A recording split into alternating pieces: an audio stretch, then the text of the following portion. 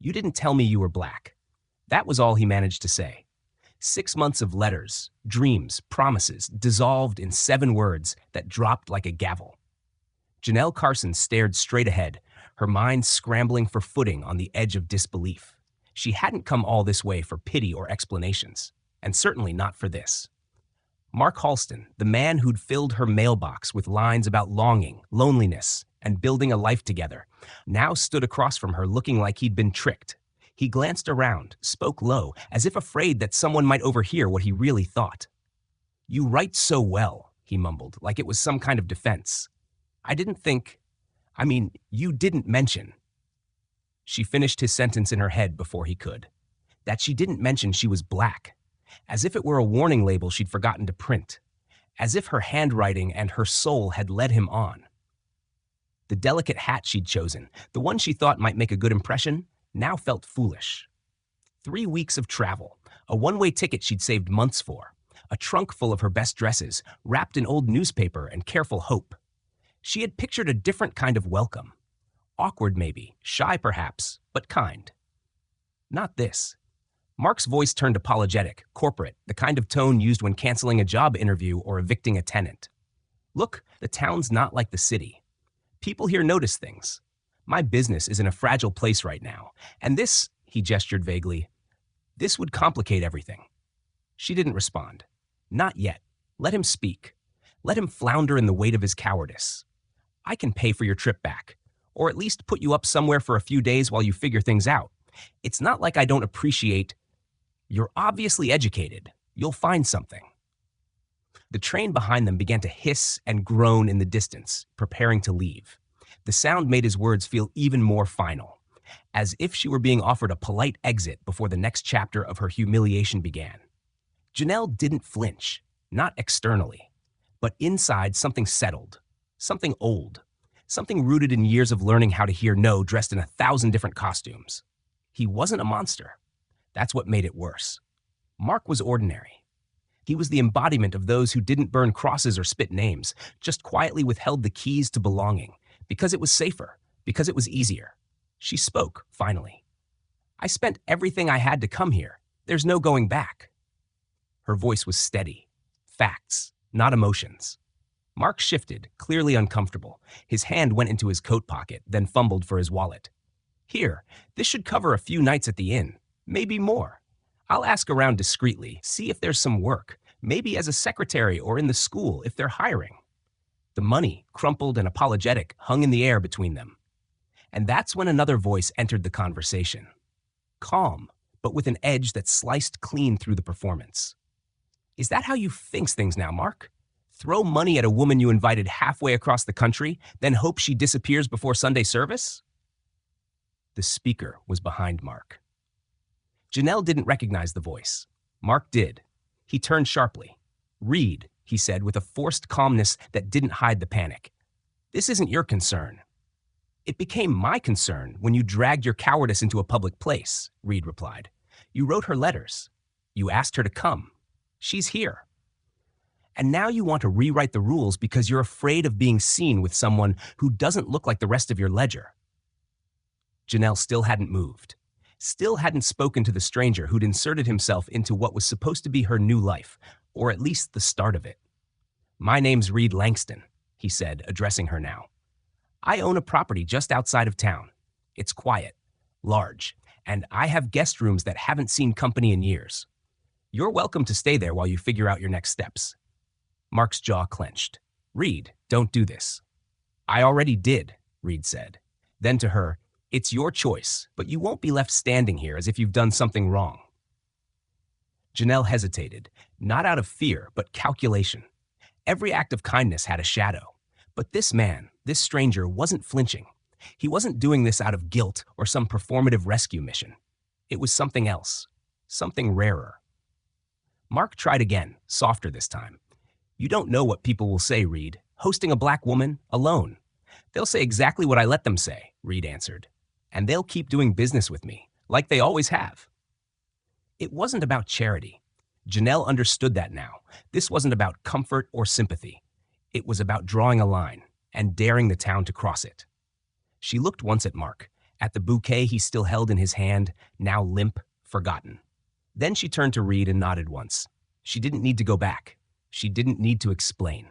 What she needed, what she carried, was still safely tucked beneath the false bottom of her trunk.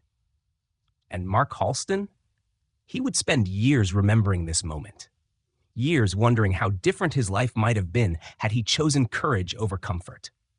But by then, the wheels would already be in motion, and the past he thought had been buried would come back with a force neither of them could have imagined. The Langston estate wasn't what Janelle expected.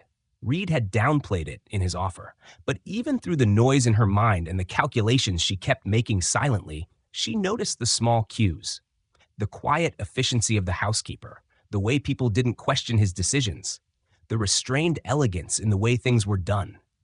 This wasn't just a man with land. This was a man with reach.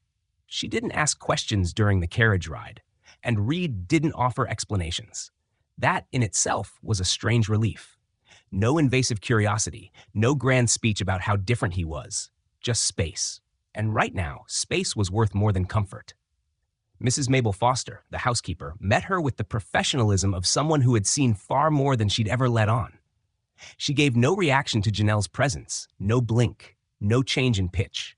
"I've prepared the blue room," she said. "It gets the best light in the mornings." Janelle thanked her with a quiet nod. She knew what this was. A pause, a chance to breathe. Not safety. Nothing in her life had ever been that simple, but at least a delay in the chaos. That evening, Reed invited her to join him for dinner. The room was too large for two people, the table too long, but the conversation found its rhythm. He didn't waste time. He told her about his parents. A banker from Pennsylvania, a school teacher who never apologized for marching with abolitionists. How he'd inherited not just wealth, but principles. Some that didn't sit well in a town like Riverhill. How he moved there 15 years ago and refused to marry into any of the approved families. He talked about being tolerated, but never embraced. About building power from the ground up while keeping records of everything, just in case someone tried to challenge his right to exist in the way he did. Then he asked about her. Janelle considered lying. Not a full lie, just the version of herself she'd sent in letters to Mark. But something about Reed's tone made her pivot. "I was a teacher in Boston," she said. "History and literature. Girls' school. It closed when the funding dried up." She didn't tell him the rest. Not yet. She didn't tell him about her grandfather, James Carson, a man who spent his life shining shoes, pouring brandy, and standing silently in drawing rooms while wealthy white men mapped out futures he'd never be allowed to enter. She didn't mention how he died with a secret box under his bed, one filled with deeds, records, and letters he was never able to act on. Or how, after he passed, she spent 6 months piecing together a story no one wanted to remember. Instead, she said, "I came here because I thought it might be a beginning." Reed didn't push. The following morning, she wandered into the estate library. She hadn't planned to. She'd barely slept. But the shelves called to her, not in some romantic way, but as tools, weapons. She needed knowledge, and there it was, gathering dust. The collection was vast. Not just novels and encyclopedias, but binders, ledgers, agricultural maps, annotated laws going back decades, tax records, land claims, personal correspondence from town founders to state officials. It wasn't just a library. It was an archive disguised as a hobby. She asked Reed about the organization. He laughed dryly. "You're looking at a system built on whims and impulse. My father's, mostly. You're welcome to try and fix it."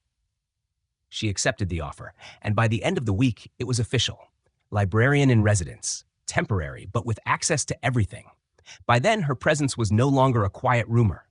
It was a wildfire. Riverhill hadn't seen a black woman at the Langston estate, much less living in it, ever. Suddenly, Reed had visitors again. Neighbors with baskets of muffins and questions disguised as polite chatter. Wives of merchants who had always found excuses to avoid his company were now dropping in just to say hello. Even the Reverend paid a visit under the guise of moral concern. Janelle observed it all with silent precision. She'd seen this before. People testing the fence, looking for weaknesses. Reed noticed too.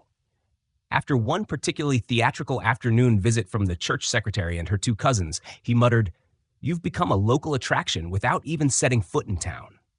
Janelle didn't reply at first. Then, calmly, "I've always been an attraction, Mr. Langston. The difference is that now they're pretending it's about tea."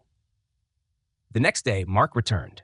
He didn't announce himself, just showed up with his hat in hand, his expression somewhere between contrition and calculation. "I came to check on her," he said. Reed didn't blink. "She's fine. Ask her yourself." Janelle emerged from the hallway wearing one of the dresses Mrs. Foster had helped alter. Not expensive, but tailored with intention. Mark faltered. He had expected the same woman from the train platform. Instead, he found someone standing taller.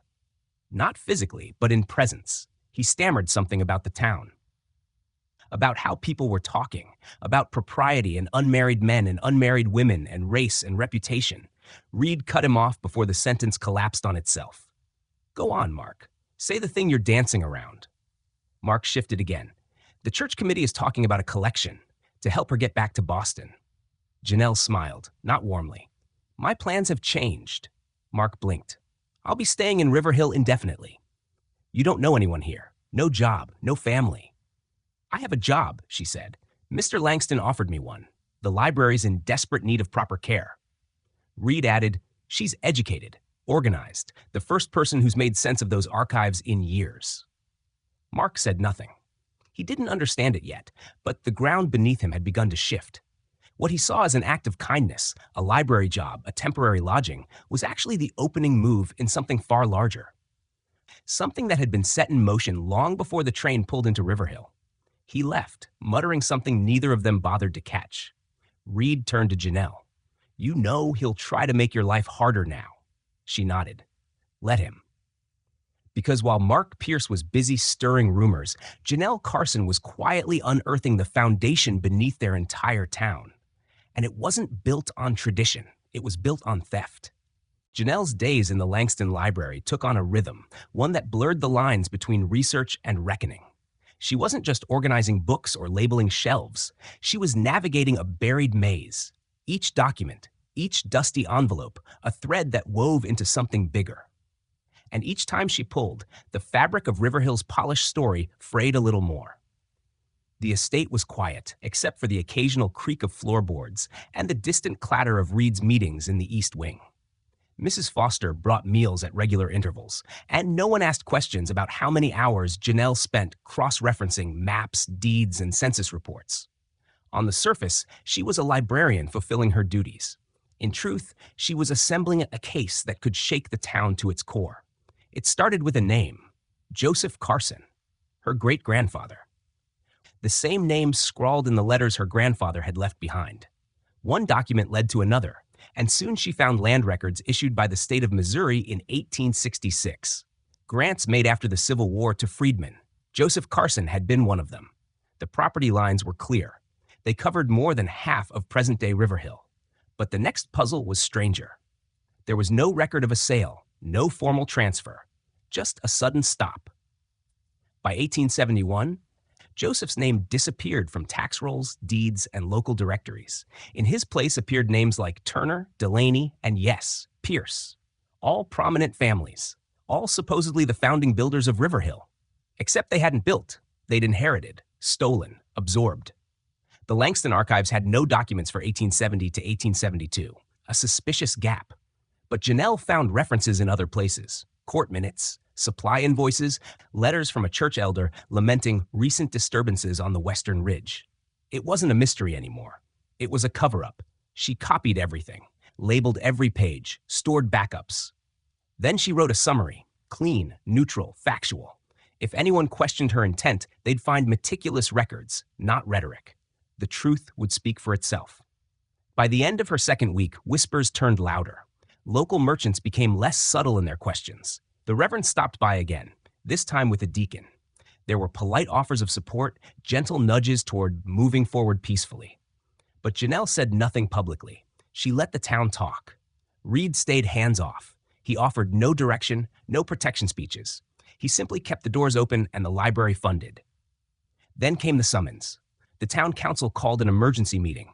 No one said why, but the implication was obvious. Reed received the letter and handed it to Janelle without a word. She read it, folded it neatly, and set it aside. "Will you attend?" he asked. "Yes," she said. "And so will you." Reed didn't argue. That Thursday, the town hall overflowed. People stood along the walls and peered in through windows. Mark Pierce paced near the front, voice raised and dramatic. He denounced Reed, questioned Janelle's presence, and warned of moral chaos taking root in Riverhill. He spoke of traditions, of reputations, of family values. Then the doors opened. Reed and Janelle stepped inside, side by side. The room fell quiet. Reed's voice was calm, but it carried. "We're not here to defend ourselves. We're here to clarify something important. Miss Carson is not just my employee. She's the legal representative of a matter that affects every person in this room." Mark laughed, high-pitched and shaky. "Legal representative? Of what? She's a teacher. What authority does she think she has?" Janelle stepped forward, opened her briefcase, and began laying out documents on the front table. "I am a certified educator, but more relevant to this discussion, I am also the great-granddaughter of Joseph Carson, the man to whom over 60% of Riverhill was legally granted in 1866. Gasps. She didn't pause. "This is the original deed, signed by the state governor. These are the tax records. These are the letters of protest my great-grandfather filed when he was forced off his land.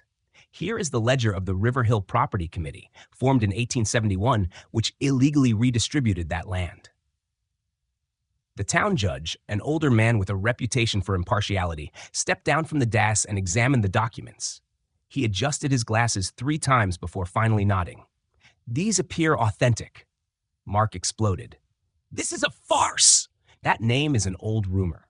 No court will believe this. It's fabrication. It's revenge dressed up in paperwork." Janelle didn't flinch. "The documents have already been verified by the State Historical Records Commission, and the lawsuit has been filed." The room erupted, shouting, accusations, denials. Then, as if on cue, the back doors opened again.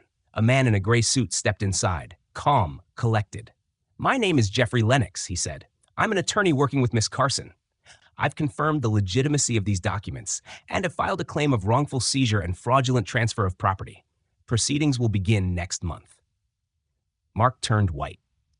"You planned this from the start." Janelle met his gaze. "No, I planned on starting a new life. You were the one who decided my presence wasn't acceptable. That rejection is what gave me clarity about this town and about you." He leaned forward, voice low, desperate. "You're going to destroy everything." She shook her head. "I'm going to fix what was broken, and I'm going to do it in a way that gives everyone a chance to do better." The council called for a recess. People filed out, stunned. Reed remained silent beside her. He didn't say it out loud, but he knew what had just happened. The foundation of Riverhill had cracked, and Janelle hadn't even raised her voice. The days after the town hall meeting passed in a strange mix of quiet and anticipation, as if the town held its collective breath while waiting for the next shoe to drop. Riverhill wasn't used to public confrontation. Most things were handled through whispers, glances, and backdoor meetings at church suppers. But now, the whispers were louder, the glances sharper, and the backdoor meetings more frantic. Janelle didn't make any further announcements. She didn't need to. The lawsuit had been filed, the documents were public, and the town, for the first time in generations, had to look at itself without its usual filter of nostalgia and denial. Mark Pierce, on the other hand, was spiraling. His store, once one of the most respected in town, saw fewer customers each day, not because people stopped believing in him, but because they didn't know what to believe anymore. It was easier to avoid eye contact than to pick sides. He took it personally, which only made him louder. He showed up again at the Langston estate 2 weeks later. This time he didn't bring flowers or feigned concern. He brought indignation, said he was checking on her welfare, but his tone made it clear he wanted something else. Control, perhaps. A last word. Redemption on his terms. Reed met him at the gate but didn't turn him away. He understood the nature of men like Mark, accustomed to power, now gasping for leverage. "I just came to see if she's comfortable," Mark said, not looking either of them in the eye. "She's comfortable enough to stay," Reed said. "Why don't you ask her directly?" Janelle didn't rush out to meet him. She walked calmly into the room a moment later, wearing a navy blue dress Mrs. Foster had tailored from one of the pieces she brought with her. It fit better now, not just physically, but contextually. She no longer looked like a stranger. She looked like someone who had decided to stay. Mark's voice cracked a little when he spoke. Miss Carson, this situation has put me in an impossible position. The community is concerned. Janelle didn't blink. About what? Mark hesitated. About your living arrangements, about the optics, about morality. Reed's tone turned razor sharp. You mean about a black woman living on the estate of a single white man? Mark didn't answer. Janelle smiled, but only with her voice. Let me ease your mind. I won't be leaving. Mark's face twitched. That's impossible. You don't know anyone here. You don't have work. No ties. I have work, she replied. I'm the librarian, and I intend to remain in Riverhill indefinitely. Reed added, and she's the first person to catalog the estate library in 20 years. I've never seen it so organized. Mark stepped forward. You can't be serious. She's competent, Reed cut in, which is all I require. Mark stared at Janelle for a moment longer, then lowered his voice. You planned this. No, she said. I planned to build a new life. You just helped me see where it needed to begin. He left without another word.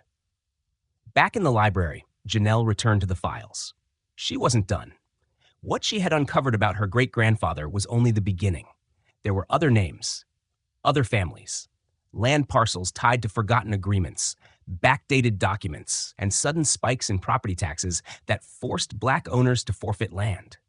Riverhill had built its wealth on a house of cards, and each document she uncovered pulled one more piece from the bottom. Reed stopped by the library later that evening, leaning in the doorway as she reviewed township zoning changes from 1872. He'll try to make this difficult, he said. She didn't look up.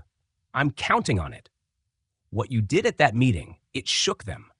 It was never about shaking them, she replied. It's about making sure they can't pretend anymore. Reed crossed the room and placed a folder beside her. I found this in the cellar. Might be useful. It was. Inside were minutes from early town council meetings, including one that mentioned emergency redistribution of Western properties in light of recent unrest. Unrest. That's what they'd called it when Joseph Carson was run out of town. That was the language used to sanitize theft. As she pieced together the final timeline, Janelle began drafting a proposal. She didn't want the land back. Not all of it. She didn't want to throw families out of homes they'd been in for generations. That wasn't justice. That was vengeance. And vengeance had a short shelf life.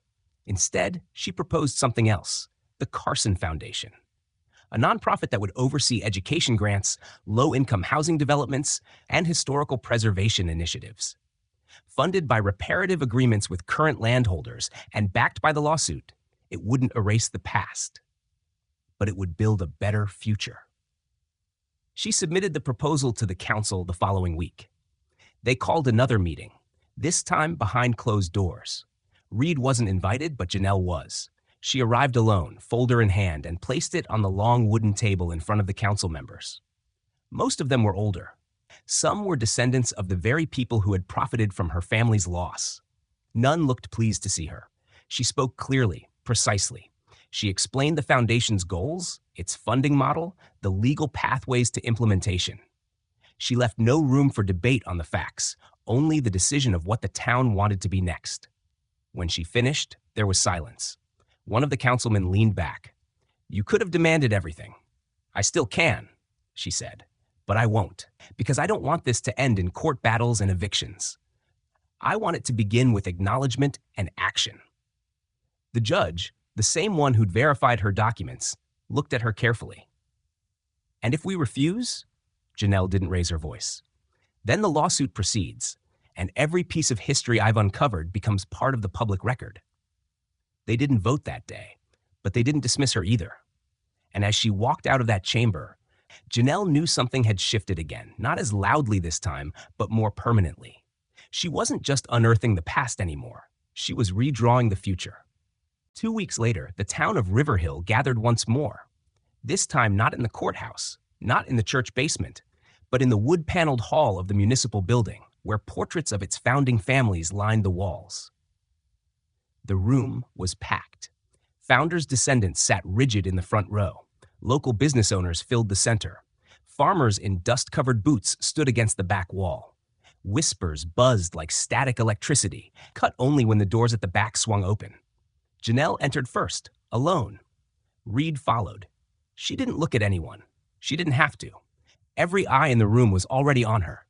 At the front, Mark Pierce stood at the center, gripping the edges of the podium like a man bracing for impact.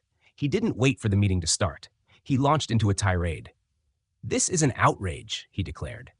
"Mr. Langston has invited confusion, division, and disorder onto his property and into this town. That woman," he stopped himself, adjusted.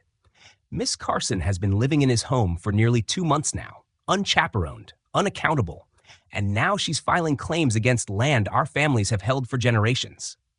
Murmurs of agreement rippled through the room. Mark continued.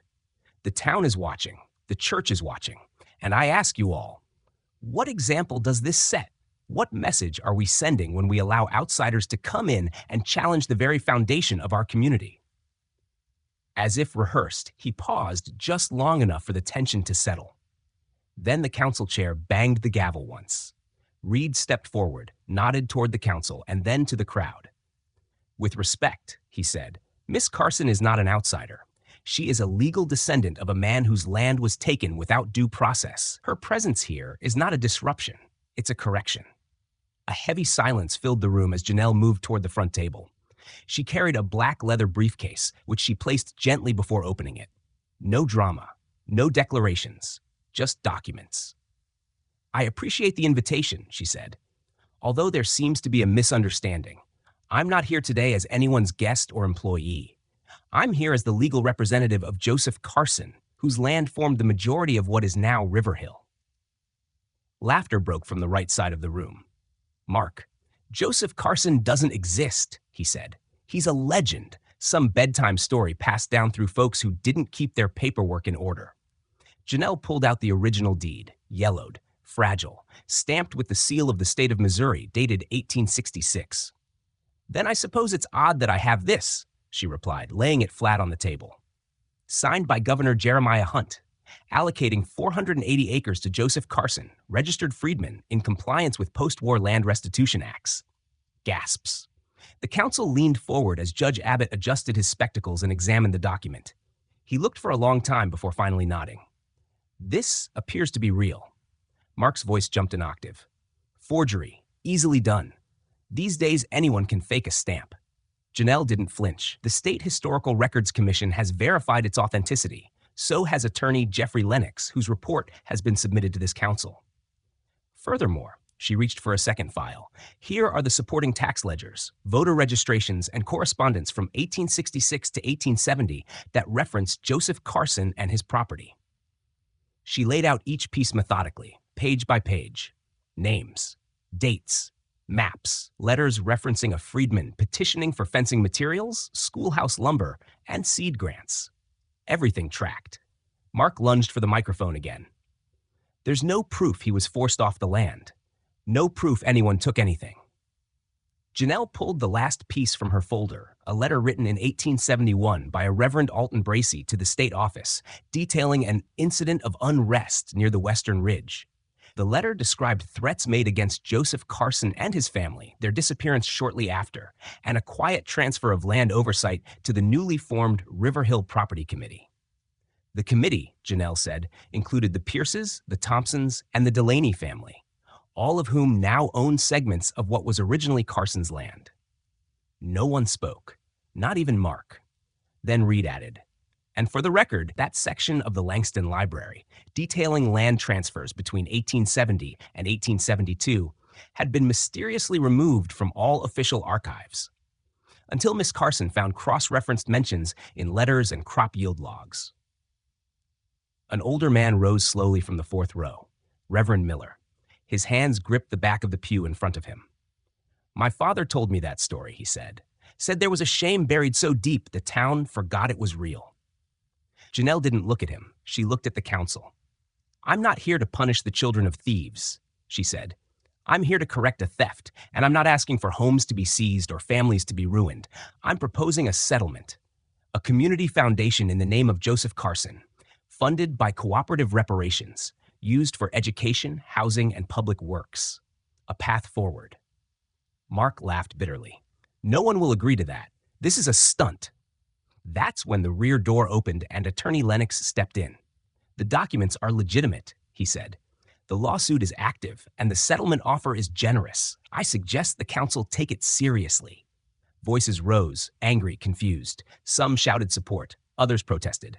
Amid it all, Mark turned toward Janelle and hissed, "You played me. That's what all those letters were. A setup." She looked at him, calm. "I was a woman looking for kindness. What I got instead was a reminder. You didn't reject me for what I said or did. You rejected me for what I looked like, just like your ancestors did to my great-grandfather." Mark's voice broke. "You're going to destroy us." "No," she said. "I'm offering you a way to rebuild." He collapsed into the nearest chair, staring at nothing. As the council recessed for deliberation, Reed turned to her, eyes thoughtful. "You could have taken everything." She closed the briefcase. "And become like them?" Justice isn't about revenge. It's about restoration. And whether the town knew it or not, that restoration had already begun. 6 months after that meeting, River Hill no longer looked the same. The shift hadn't come with fanfare or ceremony. It had crept in gradually, street by street, policy by policy, until the town's old rhythms no longer played to the same beat. The Carson Foundation, once whispered about like a threat, had become real. Funded by a negotiated settlement that didn't strip families of homes, but redirected portions of property taxes and voluntary land use agreements towards something that felt, for the first time in generations, like progress. Scholarships were awarded to first-generation college students. Abandoned lots were transformed into affordable housing. A historical society had been formed to preserve records once buried in the dust of denial. At the center of it all was Janelle. She didn't take a title. She didn't ask for credit. She showed up to meetings, signed off on grants, advised on school budgets, and quietly held the pieces of River Hill's fractured story together. Her name was on every founding document of the Carson Foundation. Her voice shaped every debate on what the future should look like. And still, she insisted it wasn't hers alone. The Langston estate changed too. What was once a sprawling, private residence now doubled as a cultural center. Half the land had been zoned for community agriculture. Local children visited on weekends for book fairs and history programs. One wing of the house had been converted into River Hill's first public library, ironically located on land once owned by Mark Pierce. His store now bore a different name, Carson Memorial Library. Mark hadn't attended the renaming ceremony. He had left town weeks after the court's official approval of the foundation proposal. Word spread that he'd sold his holdings at a discount and taken a clerk job in a neighboring town. Some said he'd aged 10 years in half that time. No one knew for sure. No one reached out. Reed found Janelle one autumn afternoon in the garden, watching a group of kids paint a mural on the old barn wall. Their laughter cut through the wind as bright colors spread over the planks. Blue skies, raised fists, open books, and a face that looked a lot like Joseph Carson's. She didn't stop them. They hadn't asked permission, and she hadn't given rules. "You could have destroyed him completely," Reed said. She didn't answer immediately. He continued, "Most people would have taken everything. The land, the money, dragged his name through the press. You could have buried him." Janelle tilted her head toward the mural. "Revenge would have made me feel better for a day," she said. This will feel right for generations." Reporters started calling not long after. The lawsuit had made local news, but the resolution caught wider attention. A woman of color, arriving as a rejected mail-order bride, had revealed a centuries-old land theft, exposed a town's secret history, and turned a public scandal into a civic transformation. Universities invited her to speak. Legal journals requested her methodology. Nonprofits asked her to consult on other communities trying to navigate restitution without tearing themselves apart. She said no to most of them. Not because she wasn't interested, but because River Hill was still in the fragile middle of something important. She accepted one invitation, though, a regional education summit in St. Louis. She spoke not about race or history, but about infrastructure. How community libraries weren't just buildings. They were battlegrounds for memory. How if you control the story, you control the identity. And how if you return the records to the people they were taken from, you don't just give them facts, you give them the tools to rewrite the future. The Maxwell Estate, now formally renamed Freeman Langston House, hosted its first town-wide event that winter. A community dinner in the Great Hall, now stripped of oil portraits and filled with long tables. Farmers sat beside teachers. Elders told stories beside teenagers. There was no stage, no program, just food, music, and a sense that something sacred had been returned, even if no one could name it.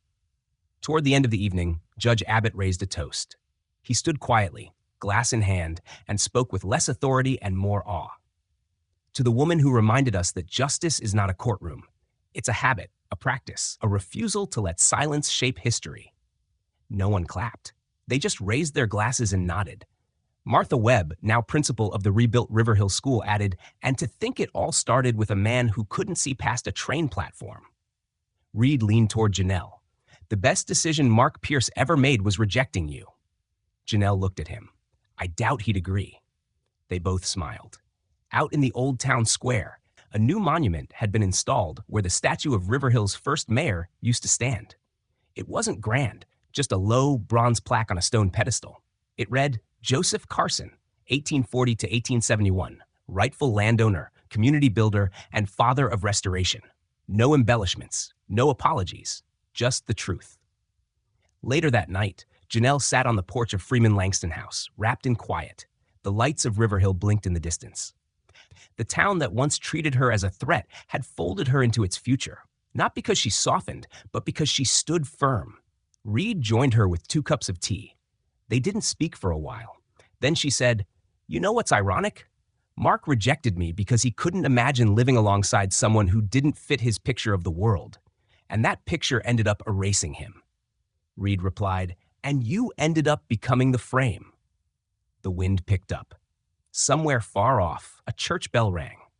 Janelle looked out over the town and thought of Joseph, of her grandfather, of the names scrubbed from records but not from memory. She hadn't come to River Hill to be a crusader. She came looking for a beginning. What she found was a legacy waiting to be restored. And that legacy no longer belonged to her alone. Spring came early to River Hill the following year. The snow receded faster than expected, and the town, still unsure whether it had fully changed or was simply learning how to, began to prepare for what the mayor now called Founders Reflection Week. Not a celebration, not a parade, but something quieter, meant to acknowledge both the stories that had been told and those that had been erased. Janelle received a letter from the mayor's office requesting her presence at the dedication of a new community park near the East Ridge. It would sit on what was once disputed land, officially donated to the Carson Foundation by unanimous vote. A small miracle, given how divided the vote had once been on anything involving her name. She attended the ceremony in a simple outfit, standing off to the side, refusing the seat reserved for her at the front. The mayor gave a speech. A student choir sang. A local poet read a piece titled "Inheritance Isn't Always Blood." The plaque, nestled between a row of dogwoods, bore no names. Just a single line, "Let the land now serve everyone." Later that evening, Janelle walked through River Hill's newly expanded library, formerly Mark Pierce's general store. Children were gathered around a volunteer, listening to a reading of Roll of Thunder, Hear My Cry. A group of teenagers debated over a display on local Reconstruction-era history. In one corner, an elderly man carefully restored a ledger from 1869, brushing dust from its corners like he was handling his own family Bible. She moved through the building quietly. The walls were lined with photographs, some new, some dug out from the Langston archives. Black farmers, Chinese railroad workers, Mexican miners, none of them had made it into River Hill's original textbooks. Now, their faces looked back with a strange mixture of pride and vindication. Reed was waiting for her outside, leaning against the gate. They said little on the walk back to the estate. Silence had become their shared language in moments like this. Peaceful, not empty. On the path through the orchard, he paused and handed her a folded piece of paper. "I was going to wait," he said, "but I think you should read it now." It was a letter from the State Historical Society, an official request to include the Carson Foundation's archives in the National Registry of Living Memory. The accompanying exhibit would travel to universities, museums, and civic centers across the country, cataloging not only the stolen history of River Hill, but the restitution process that followed. Janelle smiled as she refolded it. "I didn't come here to become a symbol," she said. Reed shrugged. "Too late for that." A few days later, Freeman Langston House hosted a quiet gathering. Not a gala, not a public affair, just a dinner among those who had carried the weight of the past into the present and refused to let it sink them. Martha Webb brought a casserole. Judge Abbott arrived with a bottle of wine older than the foundation. Reverend Miller said grace, shorter than usual, ending with, "and for the chance to correct our steps." Halfway through the meal, a knock came at the door. It was a girl, 12, maybe 13, holding a journal and a pen. "My teacher said I should interview you," she said to Janelle, "for our legacy project." Janelle didn't hesitate. She stepped outside with the girl and sat with her on the porch swing. The questions were simple. Where are you from? What brought you here? Why did you stay? Janelle answered honestly. She talked about her grandfather, about her classroom in Boston, about what it meant to arrive somewhere with nothing and still decide to stay. The girl scribbled every word. Finally, she asked, "What do you think this town will look like when I'm your age?" Janelle thought for a moment, then said, "That depends on how well you tell this story." The girl smiled, nodded, and ran off. That night, Janelle stood again at the porch railing, watching the lights of River Hill shimmer in the distance. Reed joined her, 2 cups in hand. They stood in silence for a long while before he finally spoke. "You ever think about what would have happened if Mark had said yes?" "All the time," she said, "but not in the way you'd think." "What do you mean?"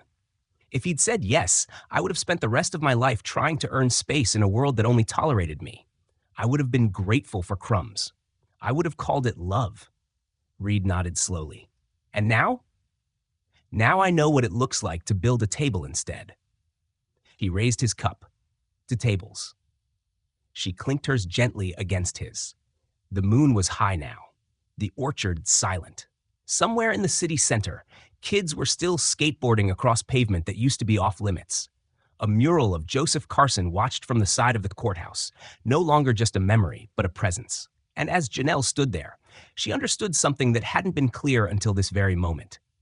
Justice doesn't always look like courtrooms and verdicts. Sometimes it's a child reading a book in a library that wasn't supposed to exist. Sometimes it's a porch light left on in a house that history tried to erase. Sometimes it's choosing to stay when you have every reason to leave. In a world so quick to decide who belongs, the quiet act of building something that welcomes everyone can be the most radical thing of all. And sometimes, the most powerful revenge is not revenge at all, but the decision to restore what others tried to destroy, and to do it with grace. Thank you so much for taking the time to listen to today's story. We are deeply grateful for your attention, your presence, and your openness to the message within it. This was not just a story about land or history. It was about courage, dignity, and the quiet power of choosing justice over revenge. It reminds us that true change begins when one person decides not to accept the world as it is, but to challenge it with grace and purpose. If this story moved you, inspired you, or made you reflect, we would love to hear from you. Just hit the like button to show your support, and please leave a comment below to let us know which country you're watching from and how this story made you feel. Your thoughts and presence mean more than you know. And of course, don't forget to subscribe to our channel. It's the best way to stay connected, and make sure you never miss another story that just might shift the way you see the world. Thank you again for listening, for feeling, and for being part of this journey with us.